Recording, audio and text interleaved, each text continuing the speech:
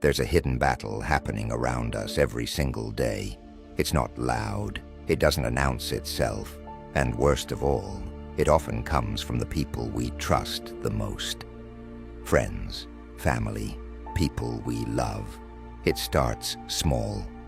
An offhand comment that lingers in your mind a little too long. A conversation that leaves you feeling uneasy. A relationship that slowly, subtly drains you of your peace. Before you even realize it, your confidence slips, your thoughts start shifting, and your emotions begin reacting to forces you can't even see. And that's the scary part. Most people don't see it until it's too late. This is why the Stoics believed that true wisdom begins with awareness, with seeing things as they really are, not just how they appear on the surface. Marcus Aurelius wrote, "The soul becomes dyed with the color of its thoughts." That means the people around you, the conversations you allow, and the energies you entertain shape you in ways you don't even realize. And if you're not careful, if you don't train yourself to recognize when something is pulling you off track, you won't notice until you've already become someone you never intended to be. But here's the good news. Once you start recognizing these influences, you take back your power. You regain control over your thoughts, your emotions, and, most importantly, your peace. That's exactly what we're diving into today. How to recognize the subtle, hidden forces that might be working against you, even when they come in the form of a friend, a family member, or someone you trust. And trust me, once you learn to see it, you can never unsee it. So stick with me here, because every single part of this video connects, and missing even one piece could mean missing the exact insight you need right now. 1. The silent forces that shape you. Some of the biggest forces shaping your life aren't the ones you see. They're the ones working in the background, subtle, quiet, almost invisible. It's the words people repeat around you, the energy they bring into your space, and the attitudes they carry. Influence doesn't always announce itself. It slips in slowly until one day you wake up feeling different, thinking differently, and you're not even sure why. The Stoics knew that the world is full of distractions, opinions, and external forces trying to pull you in every direction. That's why they focused so much on guarding the mind. Marcus Aurelius constantly reminded himself to be careful of what he absorbed, to filter out anything that didn't align with reason and virtue. He understood that we become what we allow to shape us. If you're surrounded by negativity, doubt, and fear, you start to internalize it. If you spend enough time with people who see limits instead of possibilities, you start seeing them too. Most people don't realize this is happening. They think their thoughts are entirely their own, but they're not. Every conversation, every repeated phrase, every interaction leaves a mark. A friend who constantly complains, you start feeling heavier, even if you weren't upset before. A family member who always highlights the worst-case scenario, you start second-guessing your decisions. A colleague who subtly undermines you. Their words sit in the back of your mind, making you doubt your abilities even when there's no real reason to. Epictetus taught that we must be ruthless in protecting our inner world. He said, "The more we value things outside our control, the less control we have." The same goes for influence. If you're not careful, you let the wrong voices dictate your mindset, your confidence, even your sense of purpose. And the danger isn't just in obvious negativity. Sometimes, influence comes in the form of passive discouragement. people who subtly undermine your dreams. Some people don't directly attack your dreams, but they never fully support them either.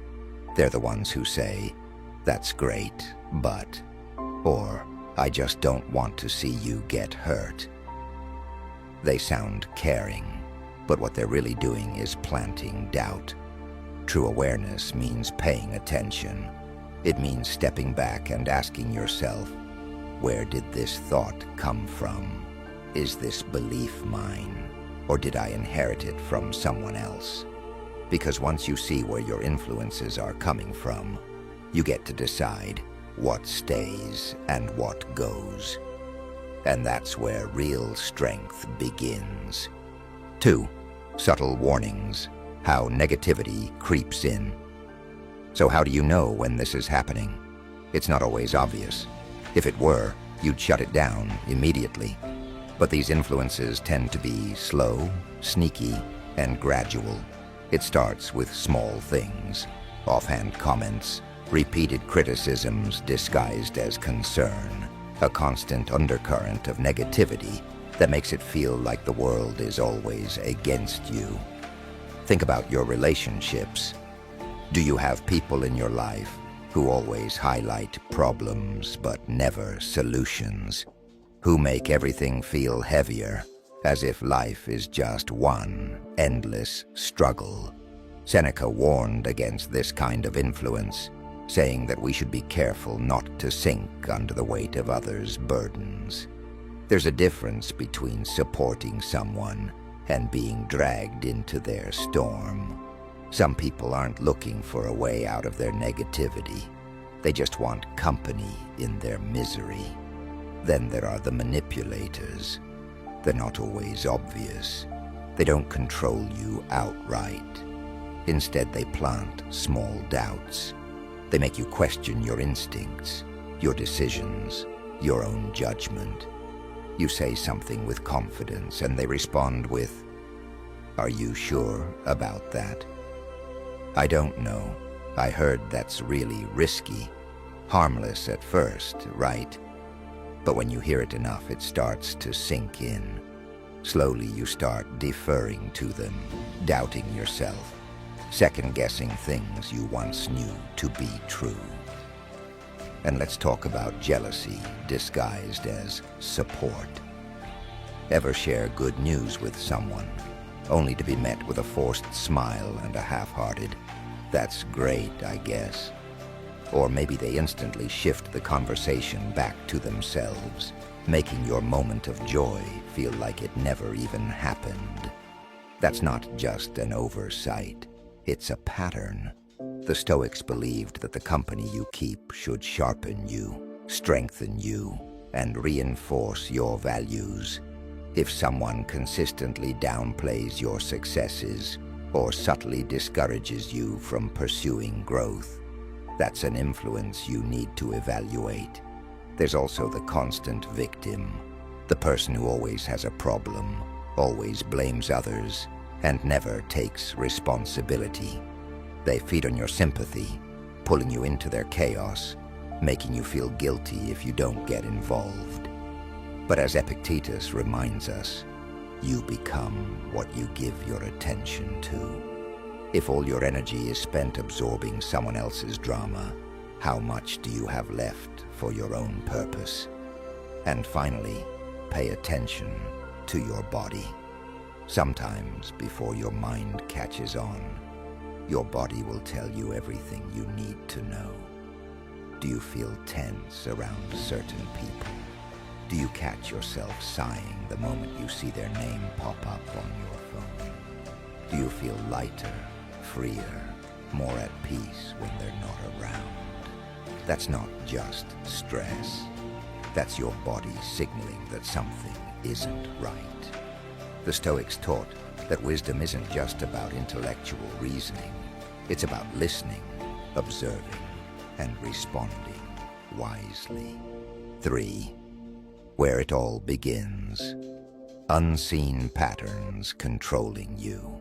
Ever wonder why certain thoughts, emotions, or behaviors seem to stick with you? even when you know they're not serving you. You try to shake them off, but they linger, shaping the way you see yourself, the way you react, the way you move through life. That's not by accident. That's influence at work. And the strongest influences aren't always the loudest. They're the ones that slip in unnoticed, settling in your mind and subtly shifting the course of your decisions before you even realize it. The Stoics were obsessed with this idea, understanding how external forces shape us and, more importantly, how to guard against them. Marcus Aurelius constantly reminded himself to filter the thoughts he allowed into his mind, knowing that the world around him would always try to impose its values, its fears, and its distractions onto him. And let's be honest, most people don't even realize they're being influenced. They move through life on autopilot, absorbing whatever energy surrounds them, reacting instead of choosing, drifting instead of directing. A lot of these influences start early. The way your parents spoke to you, the kind of household you grew up in, the attitudes you were exposed to. Without even realizing it, you might be carrying beliefs that aren't yours, beliefs about success, about relationships, about what's possible for you. Maybe you grew up around constant scarcity, and now, no matter how much you achieve, there's still a quiet fear in the back of your mind that it could all disappear. Maybe you were surrounded by criticism, and now, even in moments of confidence, you feel the need to prove yourself. And it doesn't stop in childhood. Every conversation you have, every social circle you're a part of, every piece of content you consume, all shaping you in some way. Some people, knowingly or unknowingly, push their limitations onto you. They don't do it with malice. They do it because it's all they know. They see risk where you see opportunity. They see obstacles where you see potential. And if you're not careful, you start seeing through their eyes instead of your own. Seneca had a simple but powerful rule. Be mindful of what you allow to shape you. He knew that you don't rise above the people you surround yourself with. You either grow with them or shrink to fit them. Some influences sharpen you. Some weaken you. Some make you more of yourself. Some make you someone you never intended to be. And the real challenge, recognizing the difference before it's too late. 4. How to filter out hidden threats. Not every battle is worth fighting, and not every influence deserves your attention. The moment you realize this, life becomes a lot clearer. There will always be negativity, manipulation, and subtle attempts to steer you off course. But what the Stoics knew, and what most people overlook, is that your power isn't in controlling others. It's in controlling yourself. You decide what gets in. You decide what shapes you. And once you start filtering out the noise, you stop being so easily moved. Marcus Aurelius had a habit of reminding himself, you have power over your mind, not outside events. Realize this and you will find strength. That applies to everything. Conversations, conflicts, relationships. The question isn't, why is this person acting this way? It's, how do I choose to respond? Because influence only works if you allow it. Someone can try to plant doubt, but you don't have to water it. Someone can try to stir up anger, but you don't have to give it a home. So what do you do when you recognize an unhealthy influence? First, pause. Don't react emotionally. The moment you get pulled into their energy, you've already lost. Observe. Listen. Let them reveal themselves. Epictetus used to say that the first sign of wisdom is the ability to delay reaction, because when you pause, you get clarity. You see patterns instead of isolated incidents. You recognize when someone is speaking from their own fears, not from truth. And that clarity is everything. Next, set boundaries. Not everything deserves a response. Not every person deserves full access to you. Seneca warned about spending too much time with those who drain your spirit, saying that the wise person is careful with their time because it is the one resource they can never get back. That means learning to say no, not with anger, not with resentment, but with quiet confidence. You don't have to justify it. You don't have to explain yourself. Just step back and protect your peace. And finally, strengthen yourself. The more solid you are in your values, the less others can shake you. The more you invest in wisdom, the less you'll be misled. The Stoics didn't just focus on avoiding bad influences. They focused on becoming so strong internally that nothing external could control them. That's where real power is. It's not about avoiding every negative person. It's about being so anchored in who you are that nothing, not words, not opinions, not outside forces, can move you from your path. 5. Real-world signs. When to trust your gut. There's a moment in every interaction where you feel it. That split-second realization that something isn't right. Maybe it's the way someone downplays your excitement over something important to you. Maybe it's the subtle shift in their tone when you mention a new opportunity. Or maybe it's the way you always feel unsettled after spending time with them. Like a weight you can't quite explain. That feeling? That's discernment knocking. The question is, are you paying attention? The Stoics taught that clarity isn't about seeing more, it's about seeing correctly. Marcus Aurelius constantly trained himself to look beyond the surface, reminding himself that people's words and actions often reveal more about them than anything else. So when someone speaks, listen, not just to what they say, but to what's underneath. Does their encouragement feel genuine? Or is there hesitation? Are they happy for you, or just tolerating your success? Some people won't criticize you outright, but they'll disguise their doubts as concern. Are you sure you can handle that? That seems like a lot of pressure. These comments seem harmless at first, but over time they chip away at your confidence. There are some who always steer conversations toward conflict. You start with a simple topic, but somehow they turn it into an argument or a debate, not because they're seeking truth, but because they thrive in chaos. Seneca warned about these types, saying that some people don't want peace. They want a reaction.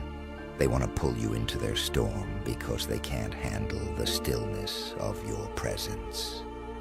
Recognizing this is key. If every interaction with someone leaves you feeling drained, anxious, or defensive, that's not just their personality. That's a pattern. And what about the ones who seem to support you, but only to a point? They celebrate your wins, as long as your success doesn't surpass theirs. They encourage growth, but only in ways that keep you at their level.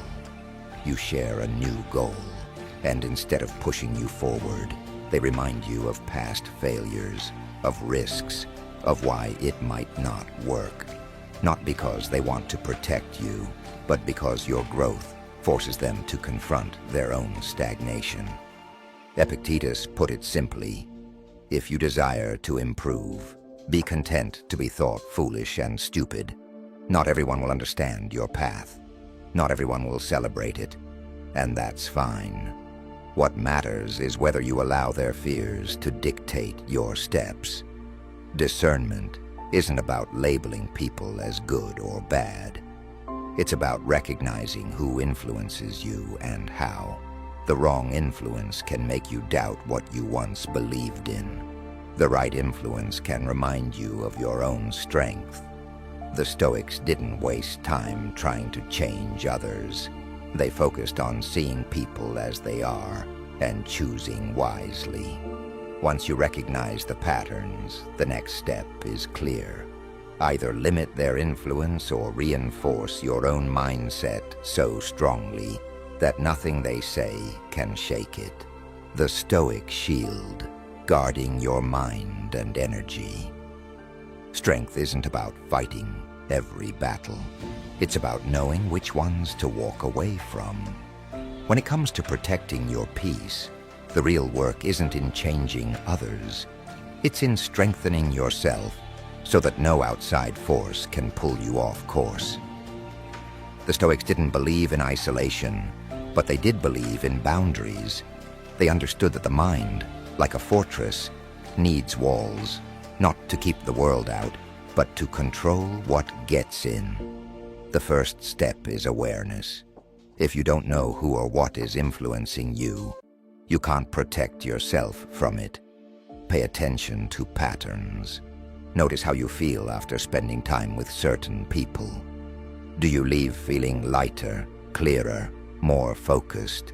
Or do you feel anxious, uncertain, drained?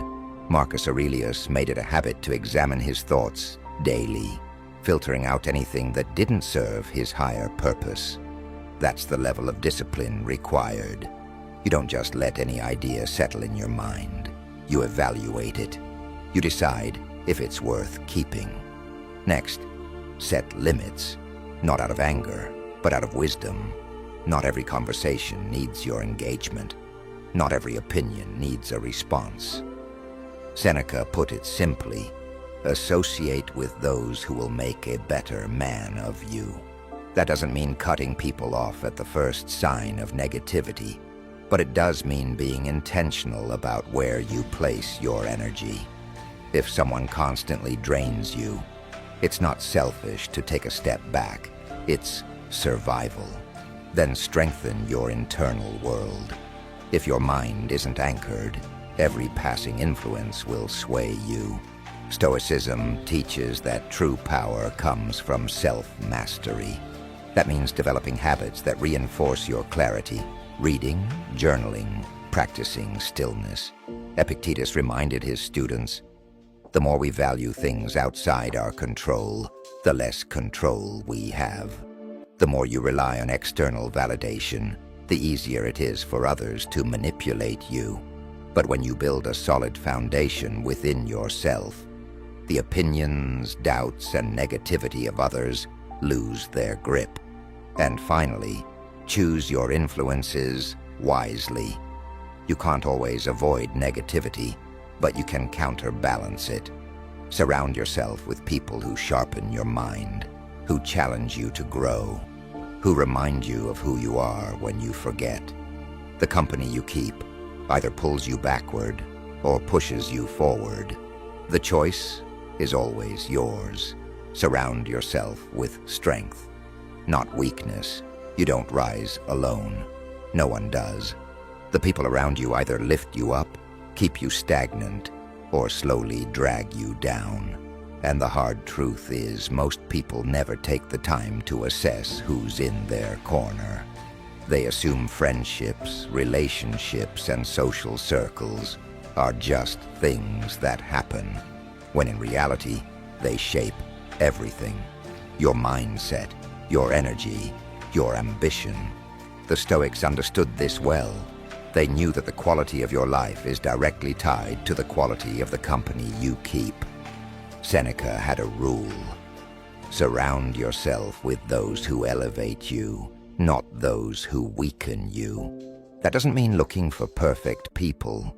It means looking for people who challenge you in the right way, who call you out when you're slipping but never from a place of envy or control, who celebrate your wins not with forced smiles but with genuine pride, who push you to be better, not by criticizing, but by leading by example. You've probably felt the difference before. When you're around the right people, something shifts. Conversations feel lighter, but also deeper. You leave feeling more like yourself, not less. There's no competition, no need to shrink yourself to make others comfortable, no undercurrent of jealousy disguised as concern. These relationships sharpen you.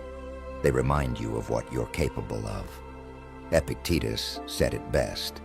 The key is to keep company only with people who uplift you, whose presence calls forth your best. But here's where people get stuck. They're afraid to let go of relationships that no longer serve them. They hold on to friendships out of habit, out of history, out of guilt. But Marcus Aurelius reminds us, it is not death that a man should fear, but never beginning to live. If certain connections are keeping you from living fully, from growing, from becoming who you're meant to be, then holding on to them isn't loyalty, it's self-betrayal. The people in your life should add to it, not just exist in it. Building a strong circle isn't about cutting people off with anger or resentment. It's about choosing wisely. Seek out those who value wisdom, who live with discipline, who strive to be better. Pay attention to how people speak. Do they complain more than they create? Do they inspire action, or do they reinforce fear? You don't need a crowd. You just need the right few. And once you find them, you'll realize just how much of your energy was being spent in the wrong places. 7. Take back your power. The choice is yours. Most people drift through life without ever questioning who and what is shaping them. They wonder why they feel drained, why their confidence wavers, why their vision for the future seems to shrink over time. But the truth is, everything you allow into your life, every conversation, every relationship, every belief you adopt without thinking, is either sharpening you or dulling you. And if you don't take control of that process, someone else will. The Stoics weren't concerned with controlling the world. They were concerned with controlling themselves, their thoughts, their responses, their inner world. That's where true freedom lies. You can't stop people from being negative. You can't force others to see your potential. But you can choose what influences you. You can choose who gets access to your energy, your time, your mind. And that choice is everything. Marcus Aurelius reminded himself daily that life is too short to be wasted on things that don't serve the soul. If someone's presence leaves you feeling small, if their words chip away at your peace, if their energy distracts rather than strengthens, you owe it to yourself to step back. This isn't about resentment, it's about wisdom. You are responsible for protecting your own mind. No one else will do it for you. And here's the best part. Once you start making better choices, once you start aligning yourself with people who bring out the best in you, once you learn to guard your thoughts like a fortress, everything changes. Your confidence, your focus, your ability to move through life with clarity and purpose. It all gets sharper. You stop being easily swayed by opinions. You stop seeking validation from those who don't understand your path. And most importantly, you step into the kind of person you were always meant to be.